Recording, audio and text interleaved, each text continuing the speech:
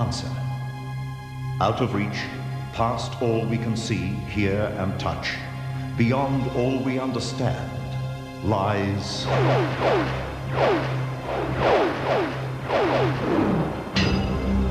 the extraordinary. The Extraordinary is the story of twins Greta and Frida Chaplin, two separate people who appear to share a single mind. Do you always know what the other one is going to say? We do, yes, yes. Greta, do you know what Frida is going to say? So you talk with her? Yes. And Frida, do you know what Greta's going to say? It is the startling premonition of Jimi Hendrix's death, revealed by L.A. Law's Corbin Burnson. From that point on, that's when I started to, it was like the rude awakening that there's something out there that's greater than what it is that I've known. It is the story of a young Aboriginal boy named Alan, who lapsed into a coma. Modern medicine could not help. Alan had been sung into an ancient spell. If you break the law, you get punished for it. Well, the most severe one is to be sung and sung to death. It is the strange spirit that inhabits this landmark town hall. Town officials are too scared to enter alone. And never after dark. You really start to feel like there's somebody right behind you. The Extraordinary is the frightening experience of this young country girl who believes she saw a monster in the Australian outback. It was just looking at me, and then it just popped up and started to come towards me. Just some of the stories that lie beyond our normal understanding. Tonight on The Extraordinary.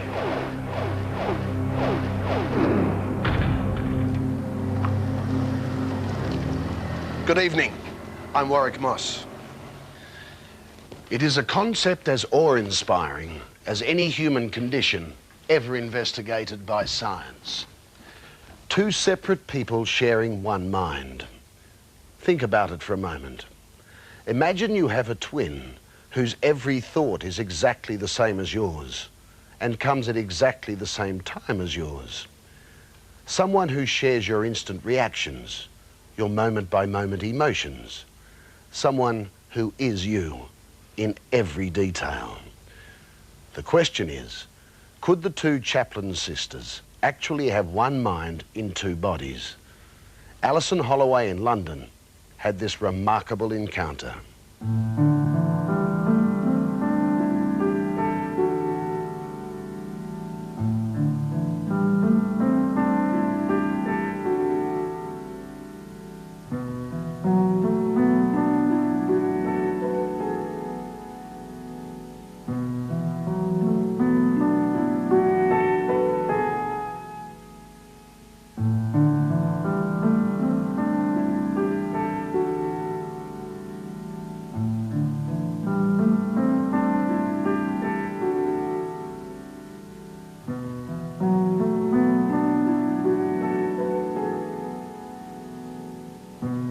Were you always told to stick together?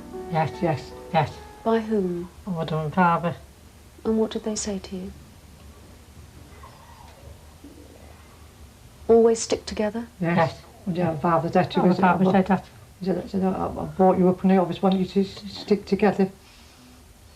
And I've always brought you up to stay together. And I always wanted you to do. And Mother said to us one day, I always want you to be good to each other. Mm. And you've always stayed close? Yes. Because your mum and dad said to stay close to one another? Yes.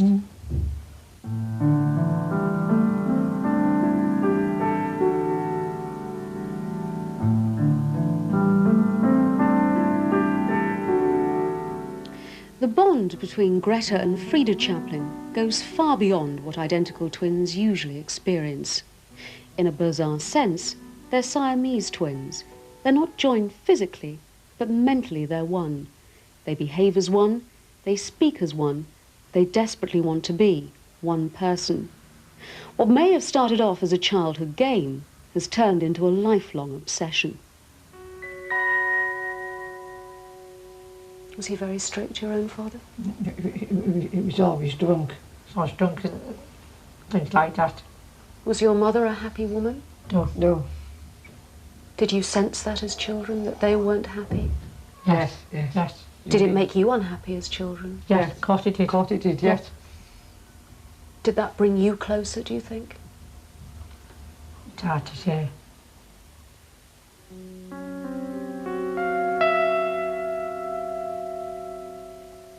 As children, they were each other's best friend, each other's security.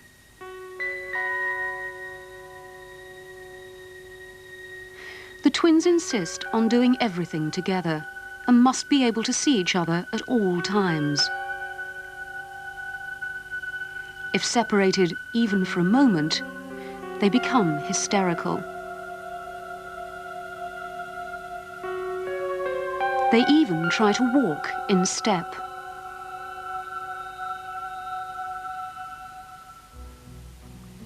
Today they're so close that they sleep in a double bed. Pour boiling water from a kettle while both hold the handle. And dress identically. When buttons failed to match on 2 coats, the twins swapped them around, so each had 2 green buttons and 2 black. Are you very careful about how you dress so you look like one person? Yes, yes. Have you always done that? Yes, always, always. So if you went into a shop to buy something, you'd make certain that there were 2 before you would buy? Yes, yes. And if there weren't 2, what would you do? Leave it. Leave it. Leave it. Do you dress the same, even down to the socks that you wear, the tights that you wear, yes, the shoes that you wear? Yes.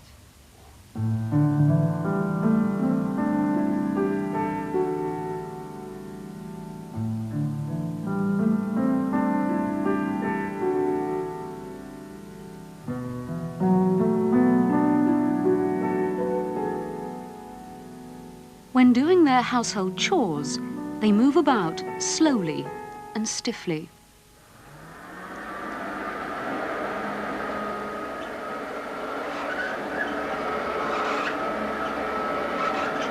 When one moves, the other seems to be drawn to her by the very movement itself.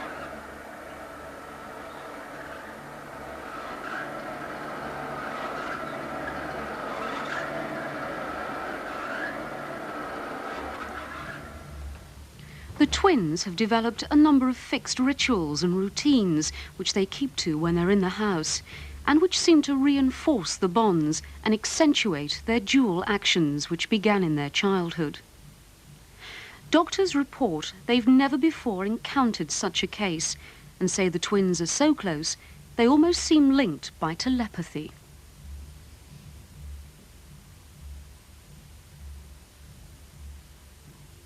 Have you ever argued about anything? Not that we can't mend it, we always mend it if we do, never that we can't mend it. Do you know what we mean? Mm-hmm. So the arguments didn't last for very long? No. Has one of you been sick and the other one hasn't, and the other one's looked after the one that's been ill? Problems like that don't happen, no. Mm. Do you find that you get ill at the same time? Do you get colds at the same time? Yes. The twins now live in the East London suburb of Hackney. Their strange condition, having to be together 24 hours a day, makes holding normal jobs and leading normal lives almost impossible. They're reluctant to leave the house on their own. They're aware their behaviour attracts unwanted glances. Do you fear ridicule from the outside world? Well, we don't go out much when somebody goes with this, that's all. Just we're up indoors for us. Would you like to get out more? If somebody took us, yes. If somebody took us, yes. Yes. Somebody used to take them out regularly. A man called Jack Davenport, a retired textile engineer who invited them to share his house in London after reading about them in a newspaper. Jack was like a father figure. They loved him dearly. But Jack died last year. Did he fill a gap in your life? Yes, yes. It's very sadly missed. Very sadly missed, yes. When they become stressed, they talk in unison, speaking the same words in identical voice patterns that create a weird echo effect. For a long time yet. He said, I won't go for a long time yet. Because he had no idea what was going to happen. He had no idea what was going to happen. So he said, I won't go for a long time yet. Or I'll be around for a long time yet. That's what he said. That's what he said.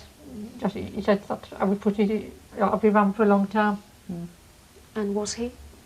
No. No. No. No. No. He died shortly after that? Yes, yes, about 6 months after. Yes.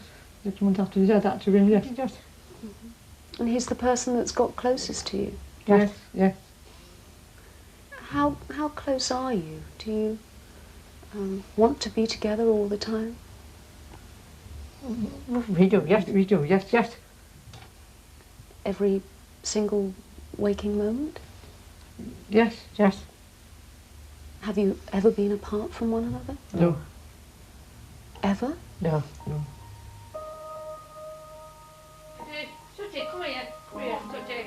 We did see them in a more cheerful mood at a hostel where the twins have formed a close attachment to 4 cats.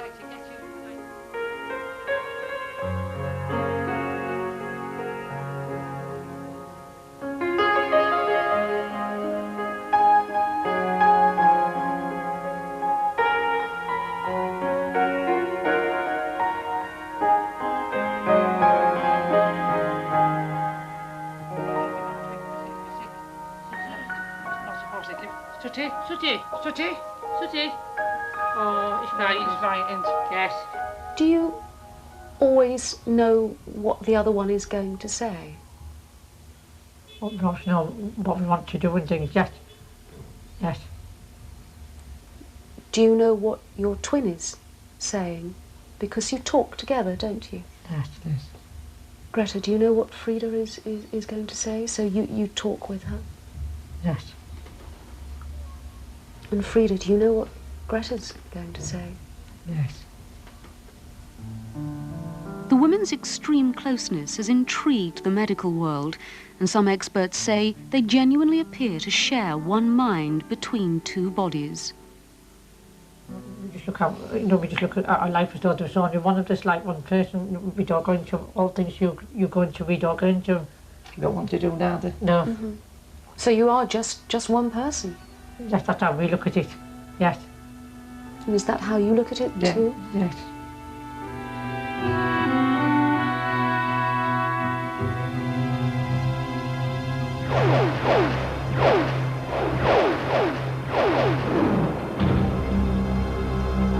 Corbin Bernsen is for most of us associated with the TV series LA Law. He's a bit of a legal scoundrel who spends as much time trying to get his divorcee clients into the bedroom as he does getting their ex-husbands into the courtroom. You'll be pleased to hear Corbin is nothing like that in real life. He's a devoted family man, but he does have a few surprises, especially in the world of the unexplained. To watch Corbin Bernsen in LA Law, you'd expect him to be about as vulnerable to superstition as he is to the 9th commandment. To protect my boss. You're loyal. That's a rare quality. In real life, Bernsen is the faithful husband of actress Amanda Pays and a dedicated father. Most people can't deal with it. They usually think when I'm talking to you now, they think I'm, you know, lying or bull. Bleep, bleep, bleep, bleep. But Bernsen, the family man, isn't the only surprise. He was raised in a Christian Science family by a mother who believed in the power of prayer to heal. And to this day, he relies on a heavy degree of spirituality in all phases of his life. It's funny, I think my mother and myself have this ability that when somebody is sick, I know my mother certainly does, and I can feel it sometimes that, and I'm not talking about healing and putting hands on, I don't want to get like all weird here, but if my child is sick, and my mother used to do this to me, you can put a hand on somebody and you can, I don't know, you can ease the disease, I don't want to call it the disease out, but I'm not saying I'm going to go heal, you know, none of that stuff. But you know, I kind of hold my son sometimes when I know he has a little cold or something and say, just give me some of it, let me have it, you know, let me have it, just, you're better now, you're better now. And maybe it's nothing more than just easing him, and when you're at rest, your body heals better. Bernson openly admits he's hooked on superstition. In a moment, we'll get to why he won't throw out a particular $50 bill and why he wore a banana sticker on his forehead for a month. But more dramatic was the first incident that convinced him there's more to our world than meets the eye. It happened the morning after the drug overdose death of 60s rock legend Jimi Hendrix. My brother and I shared a bedroom, and we were into rock and roll music and Jimi Hendrix and the Stones, and went to all the concerts. And then one day we had heard, I guess, that Jimi Hendrix was coming to play the Hollywood Bowl here in Los Angeles. And as I recall it, we had these bunk beds, you know, and I used to sleep up above my brother and he used to sleep down below. And he kind of looked up at me one morning and he said, we gotta go get those Hendrix tickets today. We gotta go get those Hendrix tickets for the Hollywood Bowl. And I kind of laid there for a minute and just felt weird. And I just kind of leaned over like you do on a bunk bed and looked down to him. I said, we can't, Jimi Hendrix is dead. And he said, what are you talking about, Jimi Hendrix is dead? He's not dead. I said, Jimi Hendrix is dead. And then we both threw it off and we said, yeah. I said, I don't know what I'm talking about. Let's just, yeah, we'll go get the tickets a little later. And in the morning report on the news and the whatever, he had died 6 hours, what was during our night. He had died. Since that day, Bernson's kept an open mind toward unexplained phenomena and openly admits he's uncommonly superstitious. If you push Corbin Bernson a little more, he'll confess to maybe his most embarrassing superstition. It concerns one of the little sticker labels they put on Chiquita bananas.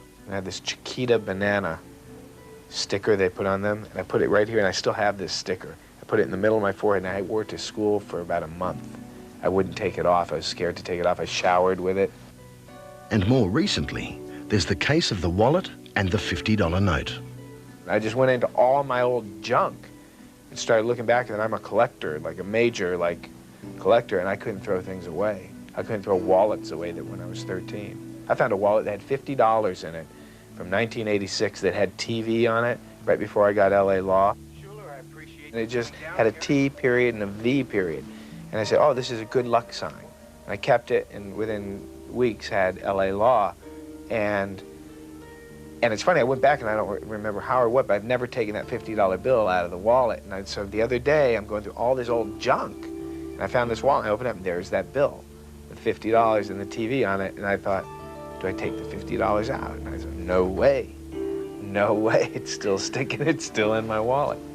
The superstitions are all just small signs of a larger spirituality Corbin Bernson has felt since childhood, triggered, he suspects, by the Jimi Hendrix incident. From that point on, that's when I started to, it was like the rude awakening that there's something out there that's greater than what it is that I've known. And it was kind of my spiritual awakening.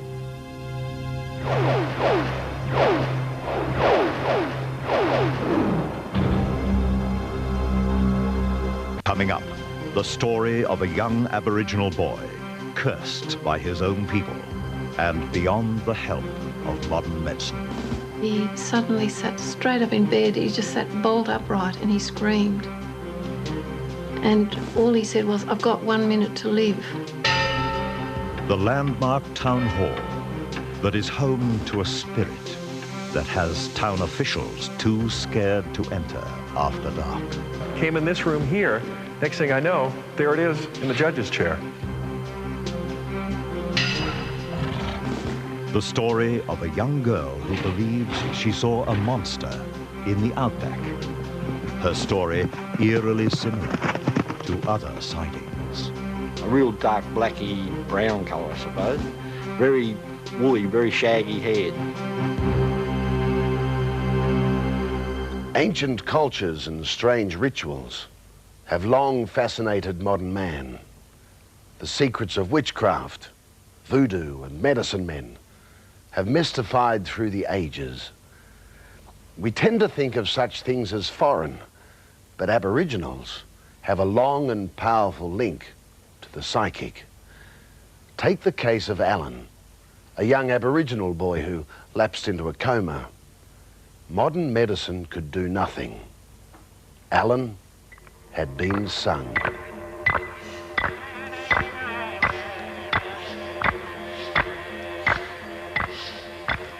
For centuries, Aboriginal tribal elders have passed down their legends, their knowledge, from generation to generation.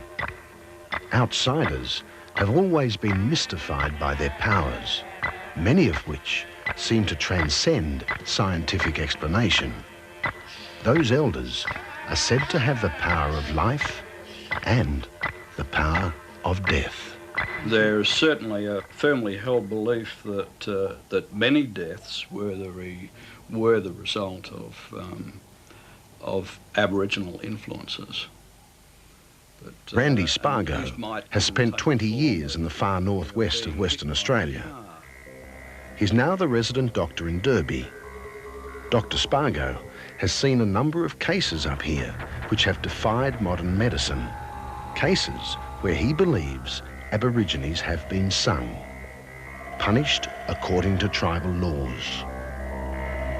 There's a very rapid deterioration in their physical and mental condition. They go into decline very, very quickly. And when that happens, it's probably too late. Back in 1989, Alan Bangmora, who was then 17 years old, suffered all those symptoms. He's convinced he wasn't physically ill, but something was eating away at his soul, his spirit, and he was dying. A tribal group somewhere was singing him, using immense mental powers to send a message of death across vast expanses of the Australian outback. They sing songs, you know. They sing you to death, like they sing you to die. Alan Bangmora's crime was love. It seems his punishment was death. You see, the girl he chose came from another tribe, and she'd been promised to another man. Not just any man, but a tribal elder. That, according to community leader Ken Colbung, is a breach of ancient law, an unpardonable crime. Well, in breaking the law, he has in some way dirtied the bloodlines of the tribal group. The romance was short-lived. In a matter of weeks, Alan was left alone. His girlfriend had fled back to her own people. That's when Alan went off the rails, stole a car and ended up in Perth's Longmore Remand Centre. When he was committed to Longmore, Alan was a fit young man. Average weight, average height, and no known medical problems. That was until one night in May 1989. So the next morning I couldn't get up. I was just all started getting weak, all burned up. And my head was hot. And the eye was blurry, couldn't see. I was just laying there and just couldn't do nothing. The remand centre's nurse, Judy Long, began to suspect that this was not a straightforward illness. It was not one that pills could cure. And then he was holding his the left side of his chest, and he was pulling. He was really pulling at his chest and complaining about a red stone that was stuck in his chest. And then after that he was talking about a feather that was behind his left ear, which sort of led me to believe what I'd been thinking all along, that this young man had been sung.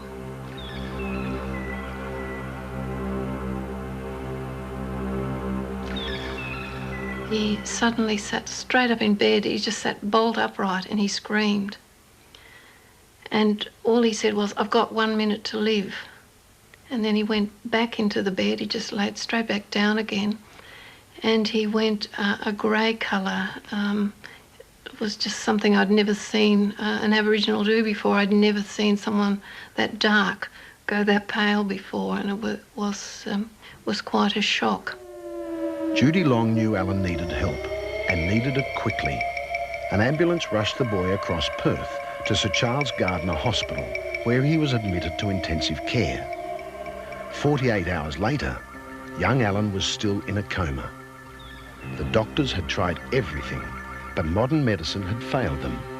All their tests, all their technology, couldn't tell them what was wrong. So in desperation, they turned away from the present and sought wisdom from the past. There is a tribal law in every tribe that if you break the law, you get punished for it. Well, the most severe one is to be sung and sung to death. This is the man the hospital called in. A man some might call a witch doctor. He is in fact an Aboriginal elder who says he has the power to unsing, to cast off evil spells. Never before has he spoken about these ancient skills, and by doing so now, he believes his life could be in danger. Well, it's all in my hands. See? When I put my hand on anybody, I can fix them up. And as I run my hand through anybody, I can take the power out, break the spell. The elder was flown from his tribal area up north to Sir Charles Gardner Hospital, where he was taken to see the boy, still in intensive care, still in a coma. The doctor knew that I was coming, and they just told me that they'll leave us for 20 or 30 minutes. And I just talked to him myself and rubbed him over, and he was good as gold. Only 2 people know exactly what happened in that hospital room. The elder says the treatment is a secret that belongs to his people and his people alone. Alan Bangmora is still bewildered, and his memory of those few minutes is hazy. This man just told me, "Oh, just lay in the bed. I'll fix you up." So he just took off my shirt, told me to close my eyes. Then I was opening up my eye, and he was there just rubbing my guts, my feet, my head. Just like he was just pulling out all these things, you know, like I could feel it coming out. I said, "Oh, you're right now, I fixed you up." The spell was broken. Alan's life was spared. He knew he had escaped death, yes. Alan's 21 now and lives in Derby. He knows he made a mistake and went close to paying the ultimate price. Alan truly believes that he broke an ancient law, and it was only an ancient power that saved him. The white doctors, they don't know what's going on. They can't fix anybody up. That's because it's all sort of invisible. It's a spiritual thing. The mind is being taken over by the spiritual singing. I think it's a powerful force in any group where superstition plays an important role in their everyday lives, and it's not to be denied and shouldn't be underestimated as to the powerfulness of that.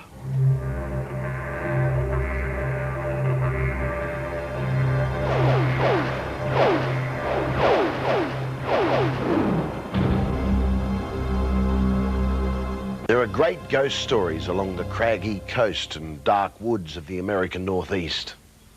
This one began half a century ago, about a strange spirit that inhabits the landmark town hall in the village of Alton, New Hampshire.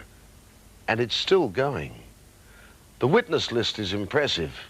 The town's chief of police, the town planner, and oh yes, the town clerk.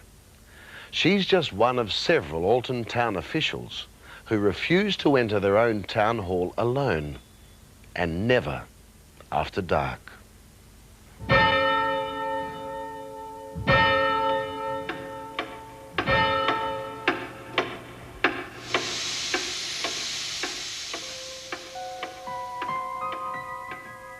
The police station of Alton, New Hampshire was in the town hall basement. The chief, Thomas Mincewa, was on duty late at night when he heard it. I heard noises and I came upstairs to investigate, and it sounded, because you could very distinctly tell front door closing and opening because it slammed, it was so heavy, and you could tell if somebody was walking in the hallway. And being downstairs, we would come upstairs to see who was in the building, because at the time the building upstairs was closed. And coming upstairs, you'd find no one. Alton's town planner, Glenn McLean, is not the kind of man given to wild imagination. He's experienced it too. You really start to feel like there's somebody right behind you. There are some physical things that happen. You feel your hair start to stand up on end. You feel that presence. The local radio personality, Scott McKay, stayed in the town hall overnight. He thought to dispel the myth. My impression coming in was one of skepticism, not too sure what I would find. I really didn't have a fixed thought on whether I believed in any supernatural or not. And when I left the next morning, I still wasn't too sure, but I do know that something happened. And Alton's town historian, Judith Fry, is just about ready to include the ghost in official records. I think it's happened too many times just to be a coincidence. And I think there's really some merit in it. It usually happens sometime after midnight. And it continues until 2 or 3 o'clock in the morning. These are the hours of the Alton Town Hall ghost.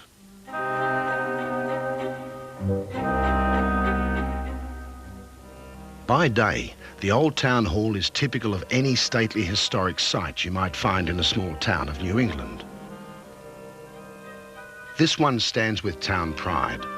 Its 100th anniversary is coming up, and a celebration like Alton hasn't seen for many years is planned. Some townsfolk are wondering if the big event might stir something unexpected, even unwanted, in the old landmark. The people who live daily with the town hall ghost are certain about 2 things. It exists, and if you don't bother it, then it doesn't bother you. While the Alton Town Hall haunting seems unthreatening, no ghost story of recent times has had more credible or official witnesses. The people who believe it most fervently are the city officials and police. They live with it. When you distinctly hear footsteps and you know them to be footsteps and hear the same type of noise and come up and not find anybody, check all the doors in the offices, find them all closed, and check the building and there's nobody there, makes you wonder. There were a lot of times when things disappear. You go crazy looking for them because you're sure that they were where you left them. You look around, you can't find them, you come back, and they were where you left them. You start asking yourself some questions. A lot of the city employees who work in the town hall by day refuse to enter the building alone, and never after dark. Good morning. I survived the night at the Alton Town Hall. The radio announcer, Scott McKay, thought he was going to make fun of the whole affair when he stayed alone in the building overnight. When I left with the last employee. She was going off to a class. I was going out to get something to eat before I came back to settle in for the night. You locked the doors? Locked it up. I had supposedly the only key that I know of. Lights were out? Everything was turned off except the entrance light. Yet when he returned, everything had changed. When I came up to the room, all my stuff was gone. My whole gear, my sleeping bag, my knapsack. So I started looking around, came in this room here. Next thing I know, there it is in the judge's chair. After finding his sleeping bag, he noticed his TV set was also gone.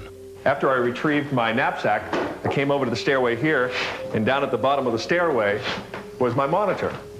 Nothing wrong with it. It wasn't broken. It just looked like it had been placed down there. All night long, he heard footsteps when no one was there, noises that no one was making, felt a presence that made his hair stand on end. Even though I was lying here on the floor, supposedly alone in the building, something told me that I wasn't alone. What he encountered was consistent with everything the police chief and his men had been quietly telling each other for years. They would find lights on in the building as they drove past and turn around and come back to check them, and the lights would be out. The sound of doors slamming has been a constant unexplained noise for anyone who stayed alone in the town hall after dark. The cell door in the old basement police station has been a sobering reminder that Alton's most famous building is never quite empty. And the dogs. The stories about the police dogs are what spooks the town planner Glenn McLean most of all. The dog would want to respond to something upstairs. The officers on duty would take the dog upstairs and let the dog run. It would go down the main hall on the first floor of the building, hit the steps that lead to the second floor, go about 2 steps up and stop. The question of whose spirit occupies the town hall has never been answered. One story is that a city elder responsible for the town clock long ago was killed in the tower. Another concerns a woman named Sarah Glidden. Like witches of old, she's buried beneath granite in the town cemetery. Some think her spirit has escaped. In 1825, a lady by the name of Sarah Glidden, who was a resident of East Alton, was struck down on a clear day by lightning and was killed. This incident has been documented in the church record. Whatever walks the corridors of Alton Town Hall at night, the townsfolk either don't want to know or don't want to disturb it. I want to be on the record with the ghost as being respectful of it because I believe it is here. With the town hall's big centennial celebration coming up, the people of Alton just hope the ghost enjoys a party.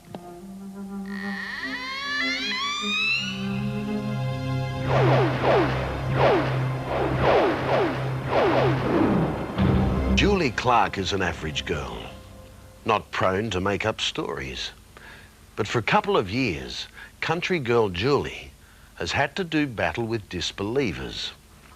You see, back in 1990, Julie says she saw a monster. These are the gentle sloping hills around Crambeck, a little village nestling in the mountain ranges, some 300 kilometres northwest of Sydney. It's real rural Australia, a quiet place with just a main street, a pub, a post office, a general store, and not much else. It's where Julie Clark grew up. She's an independent soul, a country kid who learned to ride almost as soon as she could walk. Julie's now 15, and according to her mother, not the kind of girl who'd make up a monster story. Julie's a very sensible girl and very trustworthy and pretty well liked around town. For centuries, man has been fascinated by legendary monsters. The abominable snowman, first sighted by Europeans 160 years ago, Bigfoot in North America, and the Yowie, which has been reported more than 3,000 times from one end of Australia to the other. Through these cool green eyes, Julie Clark saw what she believes was a yowie, a hairy human-like creature. It challenged her, chased her, and burnt an impression on her brain, which is still as clear as any photograph. Julie is certain she's seen a creature from the unknown. And some people, like, they don't even think, and, you know, they just laugh straight away and that. But I don't really take any notice because I know I've seen something and I don't see things. It was a summer's day in 1990, a day that was to change Julie Clark's life. Julie's horse was the first to sense that something was wrong. It started to act up, snorting and rearing. Suddenly, Julie was faced with something unknown. It was just looking at me, and then it just hopped up and started to come towards me. Yeah, it was sort of like a gorilla or something, and it was sort of like a huge man, but it had hair all over it. Well, I was just really shooken up, and then I just quickly turned the horse, and I just turned around and just bolted home and just never stopped. I just went flat out all the way. His face was really ugly and hairy. When it went to stand up, it was, I don't know, it was heaps bigger than the horse. Yeah, come on, come on. It's true some were sceptical, but not Alwyn Richards. He's lived in the district for more than 40 years, and back in 1976, he saw something, a vision that still puzzles him. It was quite, a real dark blacky brown colour, I suppose. Very woolly, very shaggy haired. And the smell was a very stinking, more electrical sort of smell than like a, I don't know, sort of hard to describe, but a very stinking sort of smell, something that's not natural, not a natural animal smell that you'd normally smell around. And Alwyn Richards isn't the only one. There's been another remarkably similar sighting, a sighting by a local businessman. He agreed to tell his story, but he did ask to remain anonymous.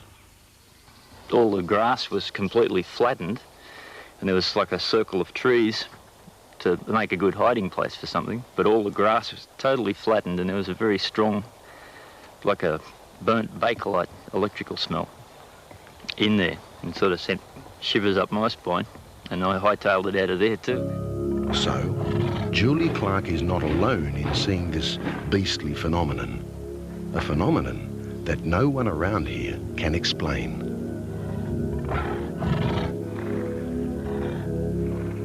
Although the quiet surrounds of Cramback may look picture postcard perfect, there's one young girl growing up in this small rural community who believes with all her heart that there is a creature from the unknown somewhere in those hills.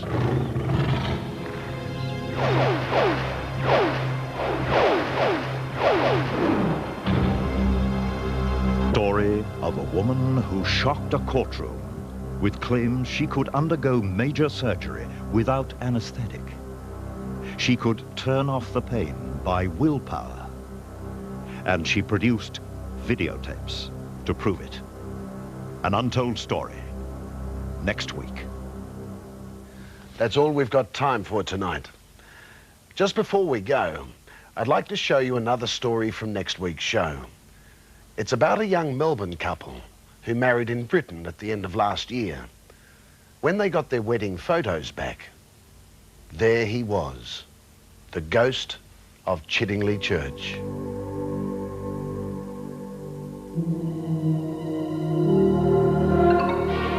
Freaked me out when I first saw it. I hope he was a good one. I showed it to people at work, and the hairs on their arm literally stood on end when they looked at it.